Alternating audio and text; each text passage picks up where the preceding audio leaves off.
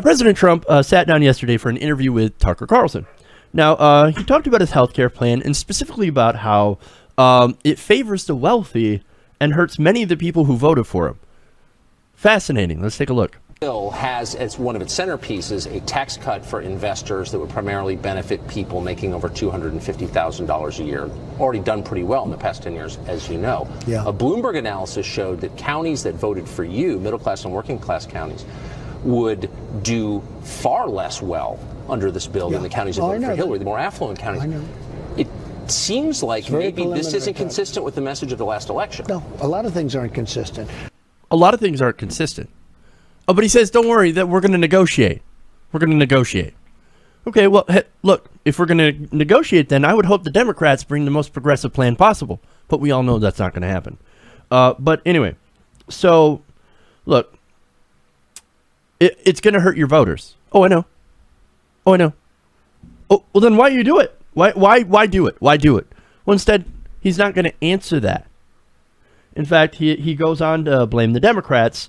And I don't have video for this, but he said, quote, they hate the Republicans, the Democrats do, so badly that they cannot see straight. So they're always going to vote against us no matter what we put forward. Well, that's interesting.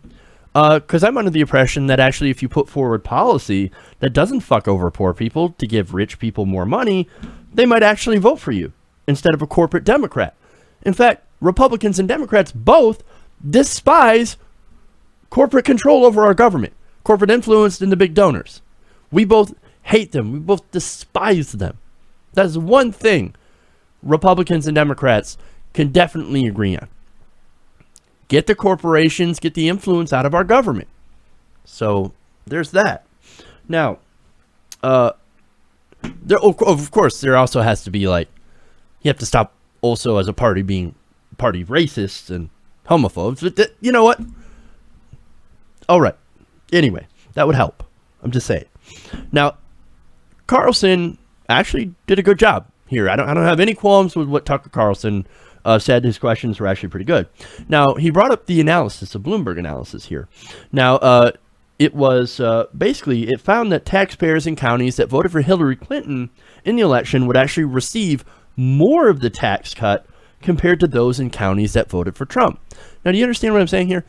More affluent people voted for Hillary Clinton. More poor people voted for Donald Trump. And so the Hillary voters, some of them, are going to see more of this tax cut than Trump voters. Isn't that interesting? Isn't that fascinating?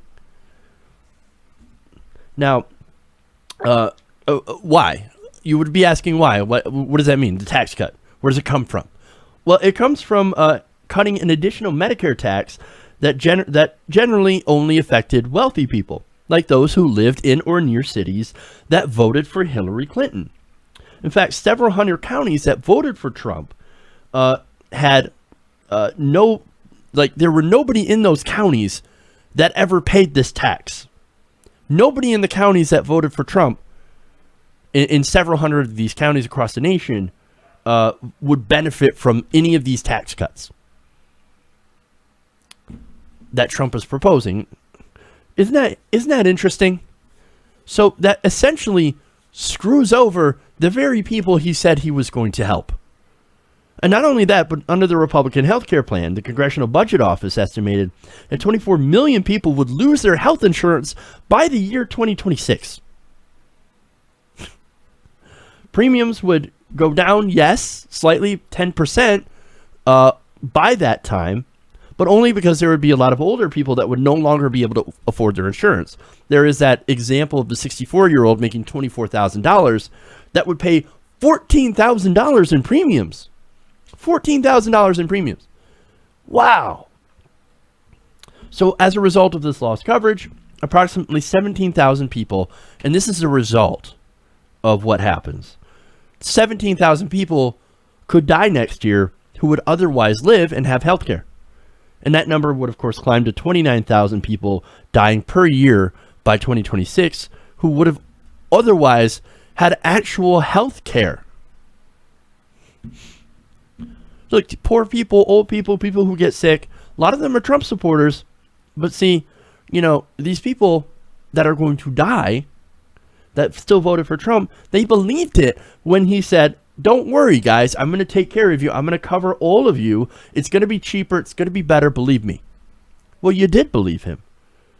And unfortunately, he's not going to come through with this.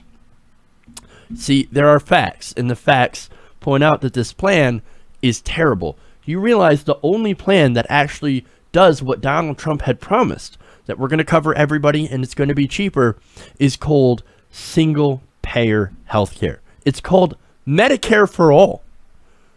That's the only real plan. Ironically, it's the same thing that Bernie Sanders ran on. Perhaps if the Democrats hadn't fucked over Bernie Sanders in the primary, we'd be talking about that instead. Is it any wonder why Sanders appealed to not only Trump supporters and progressives, but also independents as well? Instead of that, we're talking about this. We're talking about 24 million people being tossed off their health care. We're talking about all this other stuff. The amount of people that are going to die. The amount of people that are going to lose their health insurance that are older because they can't afford it anymore. We have this. And we have partly the DNC to thank for it. Hey everybody, thanks for watching this video. If you want to see more like this, please hit the subscribe button below. And if you want to support truly independent progressive media, please consider becoming a patron at patreon.com/TYTNation.